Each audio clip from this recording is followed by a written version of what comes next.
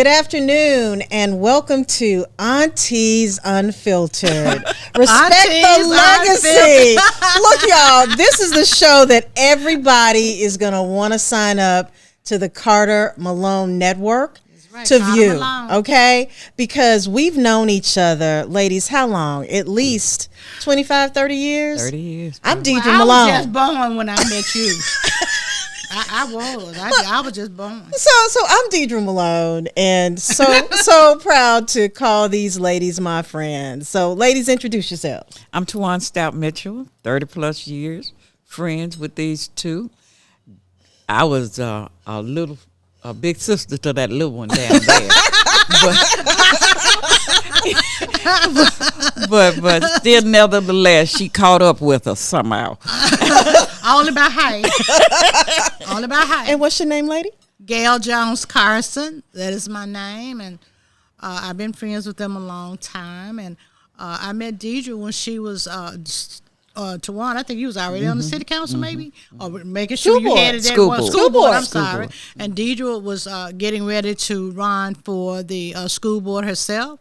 And I was, I met her after the election. Really, we became friends after the election because we was not going the same direction when she was running. But anyway, we've been friends ever since. Well, it's so fun. I'm so glad she mentions that because that's I'm not going to mention what you said, but what I am going to mention is TaJuan was so grateful to me when I was running. She was so gracious because she talked about how corporate I was, and she said, Deidre, I'm just going to pull you aside because I need to talk to you.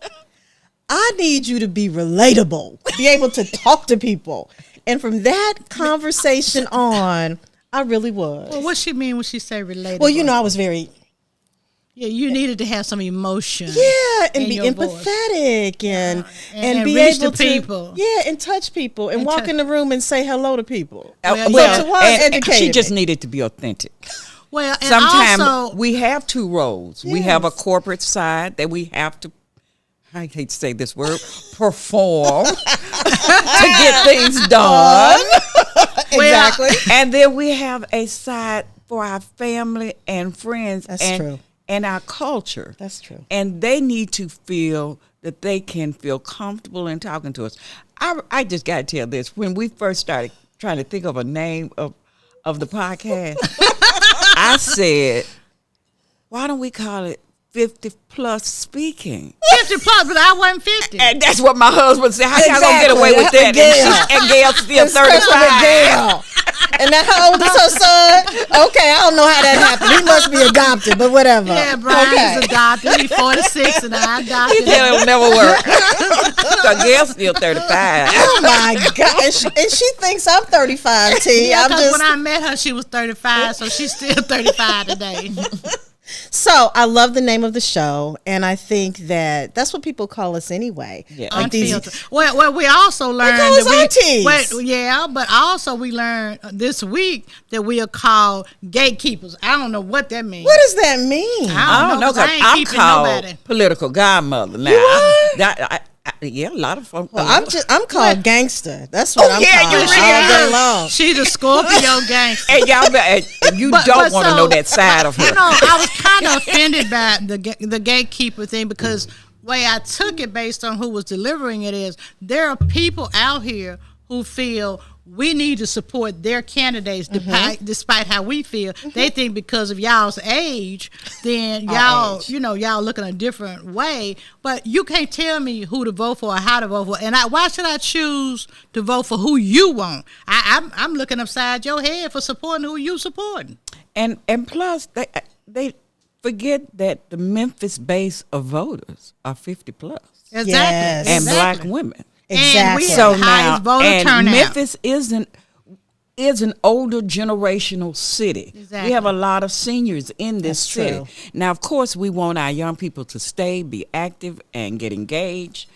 But we can't just overlook the matriarchs. And then not only that, some of them don't want to listen to them. I'm not trying to preach to people. I ain't perfect, but I try to do what's right.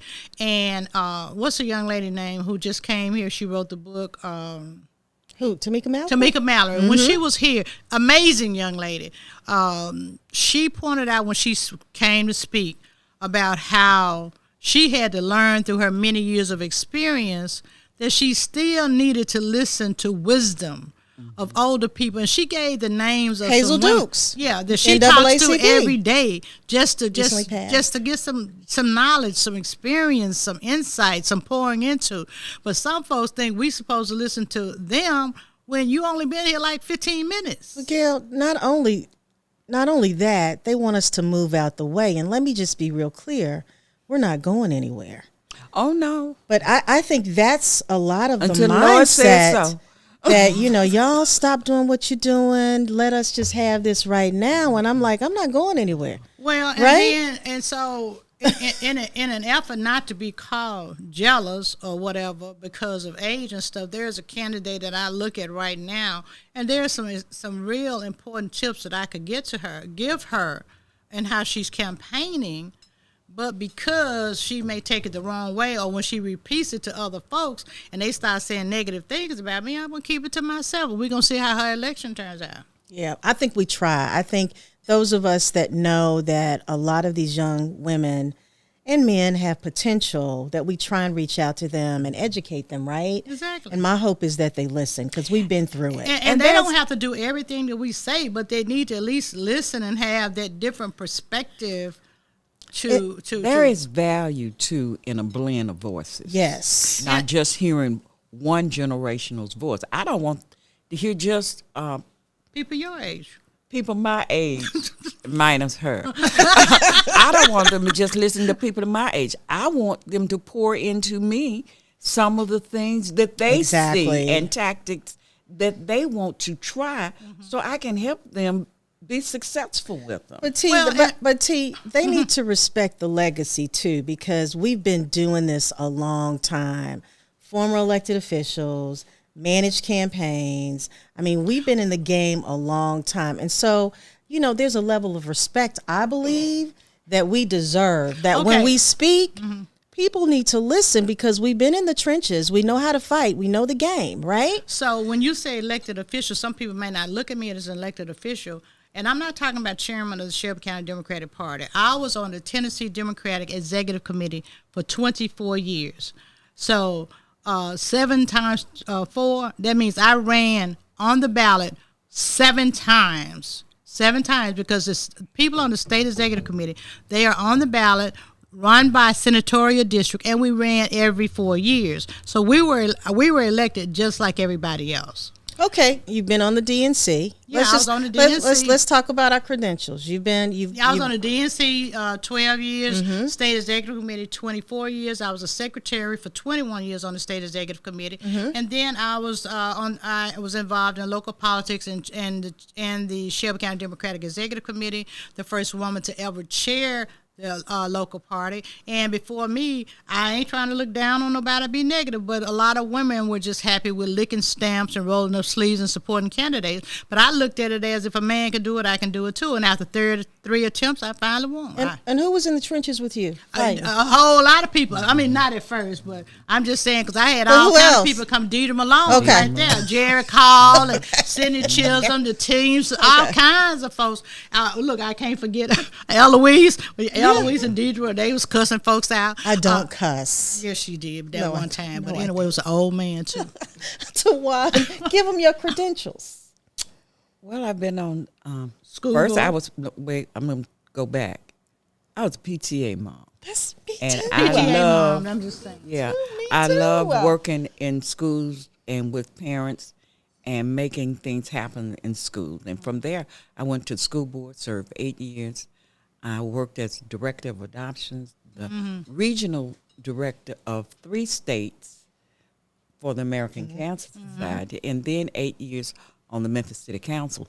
And in that time, I worked about 7.5 to 8 years for 4 mayors. Oh my goodness! But I would still say, when I was on the Memphis City School Board, I remember working with Maxine Smith, and she used to call me her restless cub, and I used to call her the Great Dane lion. Oh my goodness. And we did squabble. Yeah. We loved each other. In the end, we became very close friends. But T, that's stop right there. And that's what people have to learn in Memphis and Shelby County. You don't always have to agree, but it doesn't mean you have to fall out and you have to hate each other. That's We right. don't always have to agree. Right. Now, my son, Brian, he will tell you that his mama don't believe that, but I tell him, you my son. I'm going to disagree with you. I'm going to tell you what's right or wrong, and you can listen or not listen, but you need to be listening. So he ain't going to agree with what I just said, but anyway, I believe it. But I did believe, and Carl Johnson was on the school board at that time, too, with me, as well as Sarah Lewis. And I did my mother. feel that there was value in... You're supposed to answer for your mom. Kirk, call mama. I did believe there was value in listening to them, but they needed to respect my energy and what I brought too. Right. And finally, we realized we had the same goals. We just sometimes wanted to go after it in a different way. But anyway, Well- when we talk about diversity, people who have worked with me, particularly the people, I just wanted to give my credentials, but I yeah, can't. but I want to talk about diversity and, we can and talk my about true that. belief Can I give in my the credentials, Oh, though? you didn't give yours? No, man. I'm just, okay, you I'll know. go back to my diversity Just, piece. yeah, not write it down so Okay, you'll well, remember. all right. Diversity. This was Okay. okay. 5-year-old. Because y'all know So, 5-year-olds. so you know, like Gale and TaJuan said, I met them when I ran for the school board, and that was my first race. But I had been, you know, a PTA mom, right? And then even when I was elected to the county commission, I was still a PTA mom. My youngest son is still pissed off at me today. Because when he was at Central High School, I was the PTSA president at Central High School. Served on the county commission for 8 years. First black woman to chair the county commission. And first woman to actually chair the budget committee, which was and also ridiculous you was the for me. first woman to be a major party nominee for mayor. Yes. Yeah, because No you all other- were right there with me when I Exactly. ran. Exactly. And right now I serve as the president of the National Women's Political Caucus. And she got me right there with her, paying all that money. I know, right? be on that board. So I wanted people to understand what our legacy is and why we feel very comfortable talking about campaigns and I what we think can that's offer. why it probably it's probably the reason why we're still committed to public education now. Yes. Because we started at ground zero Absolutely. as parents. And it troubles me, and I'm so excited about the superintendency of Roderick Richmond. I'm very happy too. about I'm him. excited about it. Well, let me hoping- say, that man had, 30-some years of experience and Yes. did not even get interviewed. Yes. I'm Yes. kind of confused about that. But he has done some major work, positive work for that school system before finally getting this appointment. And I hope that we will eventually see more parent association groups from every school in the system with his leadership, because we rely on one group to speak for 100,000 parents. That's right. And that's And not 116,000 realistic. children. Right. Yeah. Right. And we need more voices from parents about the school system. So get engaged. And not only that, we need diversity on the school board, because the school board, we need people who represent folks in the community, people who represent parents. Because I remember one board member telling me some years ago, and this was very hurtful. She told it to me twice, that she didn't have a degree and that some of the members looked down on her because of that. But this particular person, she reads all of her materials before a school meeting. She knows stuff from cover to cover. She's extremely knowledgeable about what they're voting on and what they work on. But she represents the district, truly represents She the really district. does. I know who you're talking about. Yeah, she's amazing. She She is. is that district. And I'm going to call her live name in because that I think district. we should give people their flowers. Stephanie Stephanie Right. Love, Stephanie Love. Commissioner Stephanie Love. And she And- stays in touch with the people in her Exactly. district Exactly. to hear their voices. Exactly. And to be a voice for them. And that's, she's a good you don't school need a board degree member. for that. You need a No. compassionate heart. And you need to know the people you represent. That's right. You need to know what their needs are, what their cares and concerns are, what their children need. But And TaJuan, she has that. to your point, I don't think parents realize their power too.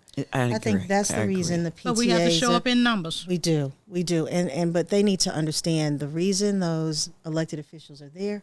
It's because of you. You wanted to talk about diversity. Okay, so we want Deidre. Let me go back to my diversity. Now, People who work with me, I retired. I retired from MLGW October 2023. Some people don't even know. I had to tell later today, ma'am, I'm not there anymore. But anyway, while I was there, you could talk to some of the people who work for me. That in my belief in true diversity in my department, I had every age range. I had more than black and white people working for me. I had handicapped working for me because I believe that everyone brings a different perspective to the table.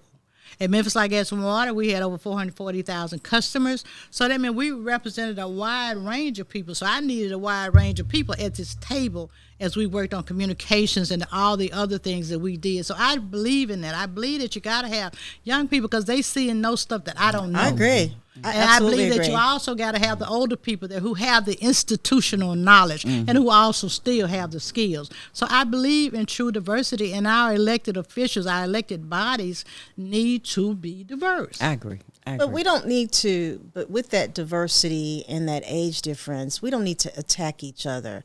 We need to understand that different ages bring value. And I'm looking at some of these legislative bodies, and I just feel sad because some of the younger folk go after some of the, older folk. And that's ridiculous, calling them old and stuff like that. And if God allowed them to live, they want to be old, whatever they call old. And for those of us who've been elected, we know that doesn't last forever, right? Yeah, no, I never wanted I don't know about that. It shouldn't last forever. It shouldn't last forever. Well, and I'm going to be honest with you. If you've got to lean on a title to be who you are authentically, something's wrong with that. I hate to say and I've never leaned on my title. Yeah.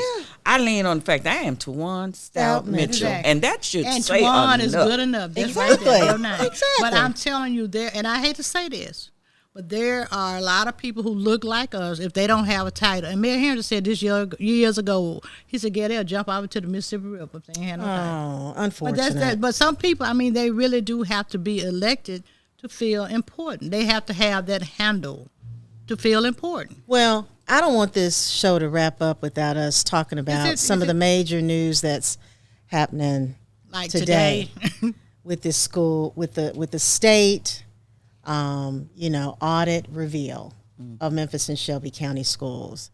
What are your thoughts on that, ladies? Well, my concern is that they would come out with a report. Today is the 1st. Exactly 2 weeks before early voting with only 25% of the audit done. Why 25%? And I know that I've listened to some people on the talk shows and all over social media, people are attacking folks about the monies that have been wasted and abused, which I don't like abuse.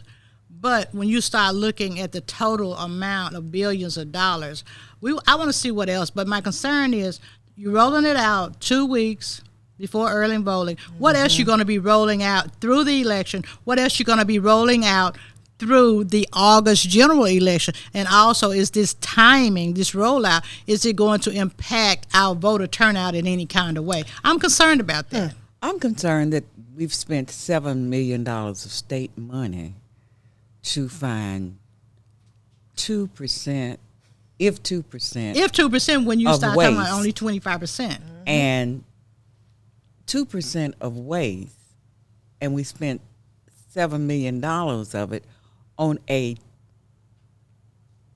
budget of $2 billion.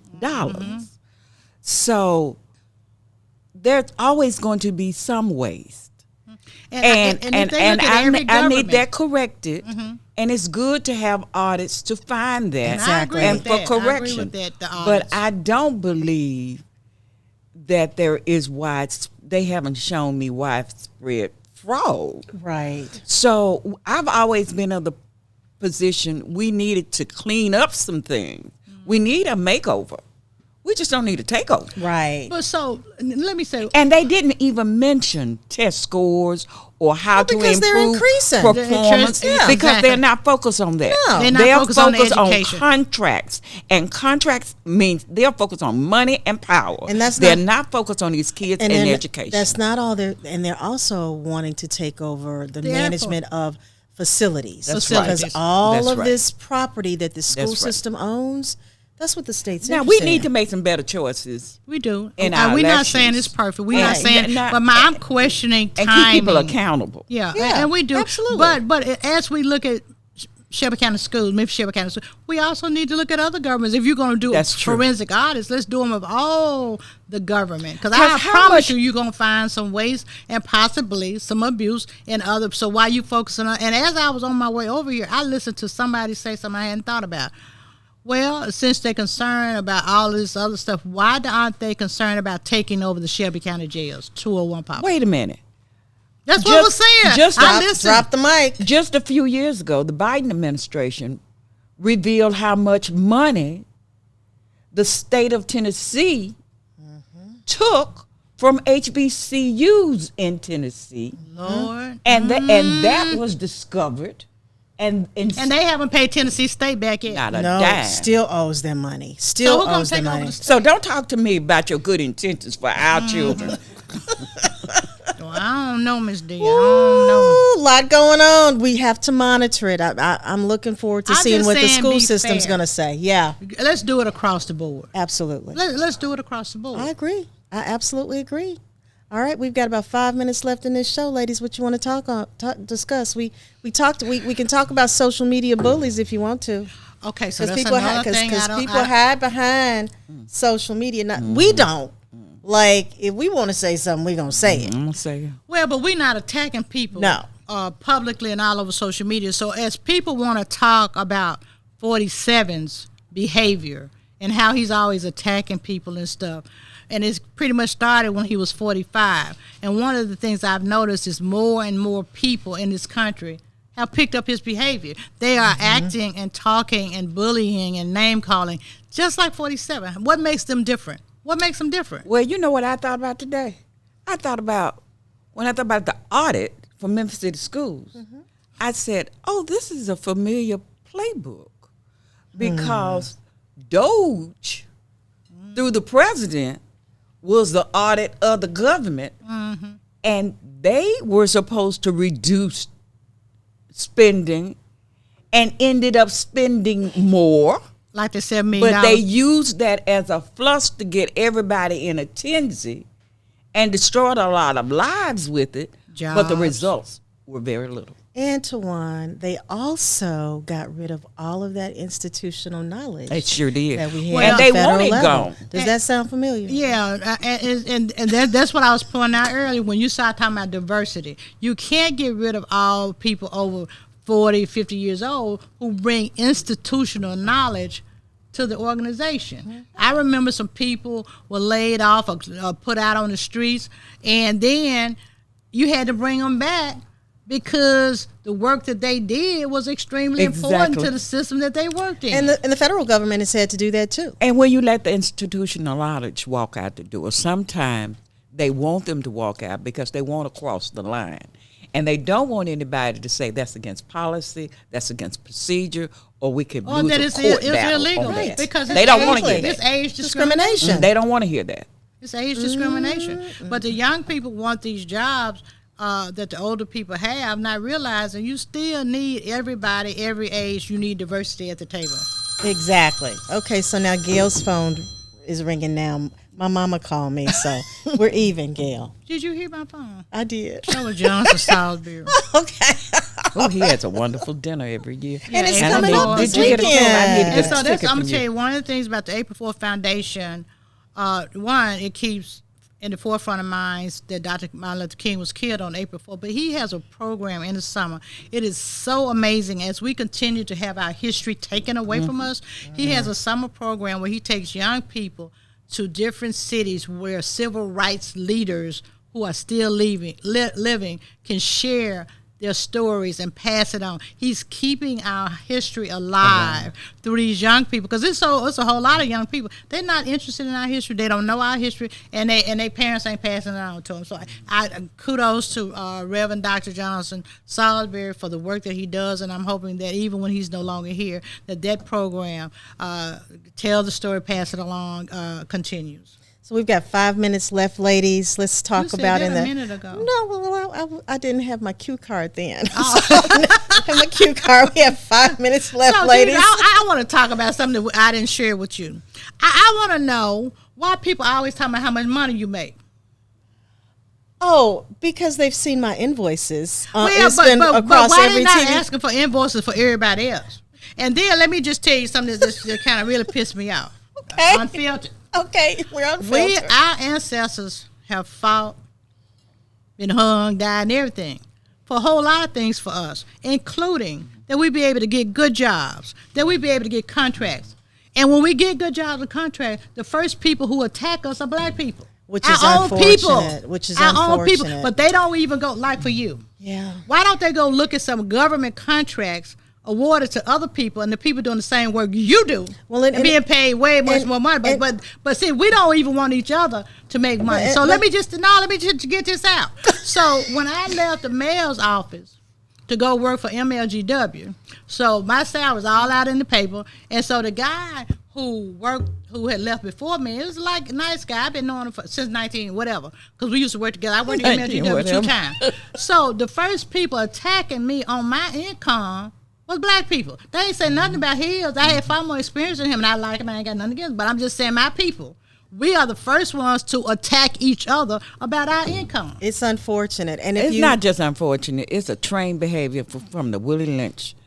I'm not gonna give it to that was 400 and we years had ago. like if we crabs still in the living barrel. for 400, Rather than I just told my let me get this out. I just told one of my children today. I said, there was a time when black people came together and pooled their money together from shoe boxes to build HBC schools for their children. That's right. You couldn't do that for nothing now. No. And then Asians come to America, and they will be 4 or 5 families knee deep in one house saving money for the next Asian to get a new store. Mm-hmm. We couldn't do that. We need to stop this. But because we are hurting our own culture. And we're not. And I want our viewers to do their research. If, a lot of these cities and counties and states, you can go to their websites and look and see the types of contracts people have. But they don't care about that. They just want to attack you because you're a black woman. I know, but my point is, if you look at my contracts compared to some of these other firms, you're going to be shocked, and you're going to be embarrassed, and you're going to really look at the elected officials that support these endeavors. I want my people to make money, but the only thing I require is that you make money transparently. Honestly, exactly. But if you can make it honestly and transparently, that's all we can. And not only that you were skilled to do the work. Exactly. They wouldn't hire me in my firm if we weren't skilled. I ain't talking about you. I already know about you, Olivia Pope. Okay. And save your coins too. Now that's another thing. Save your money. Because I have a problem. I'm going to confess. I have a problem with that, and that's why when you get old and you're wondering how you're going to get everything done and pay that light bill. Yeah. Girl, now with this healthcare, who can afford healthcare?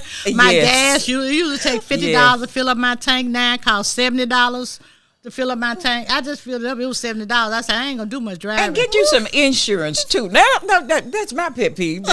As we close out, get you some insurance. Don't leave your family with the burden of trying to bury. And have a will. Yeah, that's right. A will. You got to have a will. And then you make sure you got enough insurance to cover, like you said, your funeral. And, right. I mean, you get a $25,000 Because if you don't get on me, you're going to be cremated. Aunties Unfiltered, y'all. Respect the legacy. TaJuan Stout Mitchell, Gale Jones Carson, and Deidre Malone. Cremate people.